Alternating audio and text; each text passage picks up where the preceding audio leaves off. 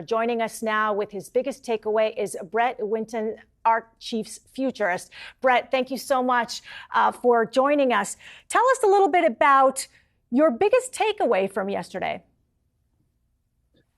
Well, I think it's clear that Tesla is executing on its ambition to scale to 20 million vehicles, which really ties in with our expectations for the company's ability to deliver growth.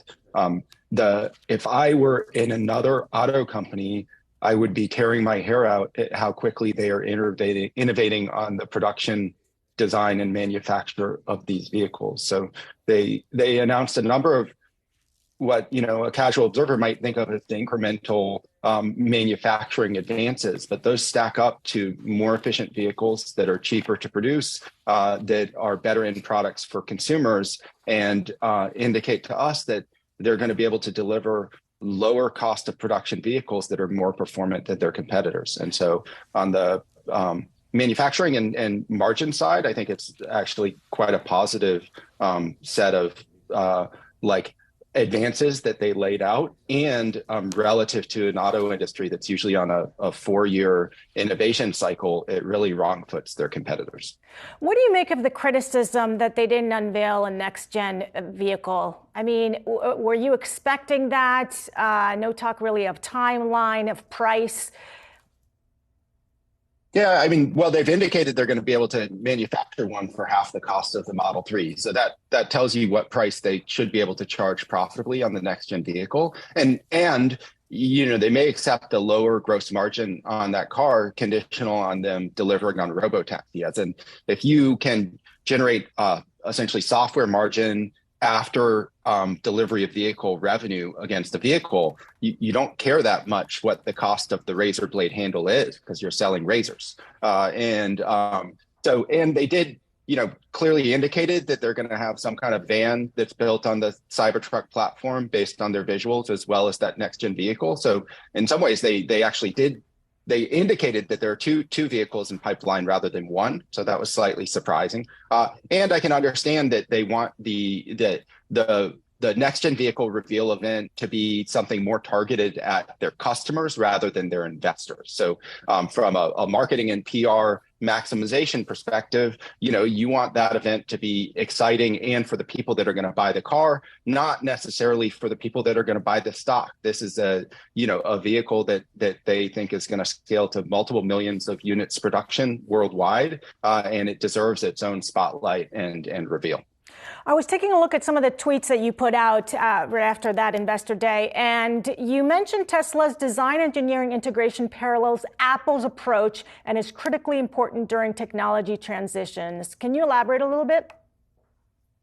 Yeah, so if as the technological frontier is pushing forward, if you are relying on a supply chain to provide you with kind of the critical component, then you're going to be held back at the velocity of your competitors. And so by vertically integrating through all the critical components, Tesla has never held back to the competitors. They're always pushing kind of their entire kind of technology stack forward cohesively.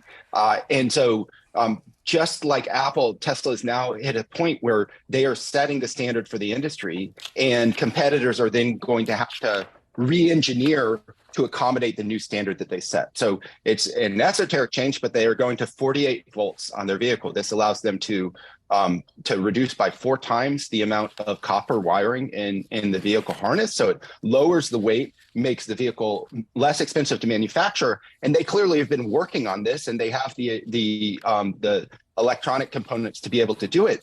Now, the entire rest of the auto industry is going to have to turn around and try to figure out how to accommodate that, or else they're going to be cost uncompetitive. And so I think it's true across a number of different areas, on the full body casting, on the kind of modular production that they talk about, that they really are iterating on the machine that builds the machine, while other companies are traditional automakers are just trying to figure out how to build an electric vehicle that's cost competitive at all. And so it really wrong-foots the competition and allows them to set the direction of travel for the entire industry. There were so many sort of areas that they touched during Investor Day. The new plant in Monterrey, Mexico, also their manufacturing plants, reducing their footprint, something that you talked about earlier as well.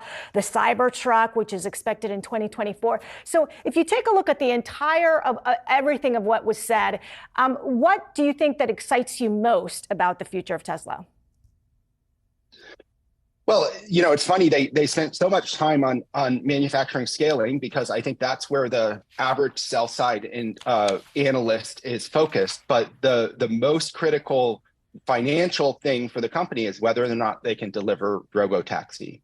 And I'm most excited about the fact that recent releases in the AI world have indicated that having proprietary data is even more of an advantage than we previously understood. So having access to a very large volume of vehicle data coming off the fleet, the vehicles drive 120 million miles a day, gives Tesla a unique data advantage to kind of continue to improve the full self-driving capability and eventually deliver a commercializable robotaxi service on a mass deployed vehicle that's already in the world.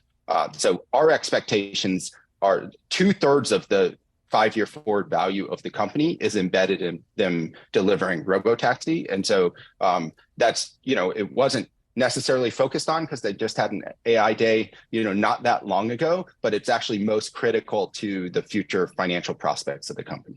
The Robotaxi. Thank you so much, Brent Winton, ARK's chief futurist. Thanks for joining us.